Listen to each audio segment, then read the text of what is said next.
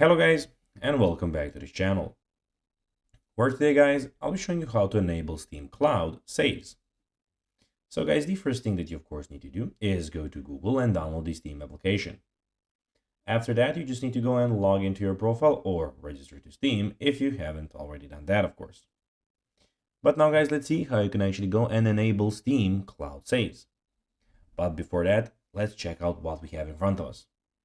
In the top left corner, as you can see, we have the store, library, we have the community and your profile also.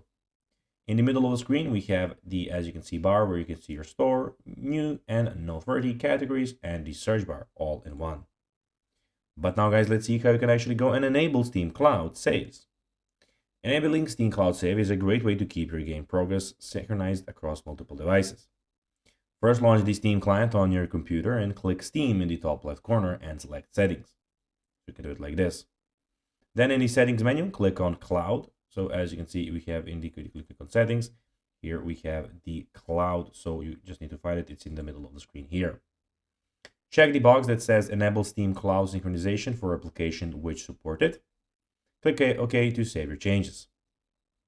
To ensure that a specific game supports Steam Cloud saves, in the Steam client, go to library, right click on the game you want to check and select properties.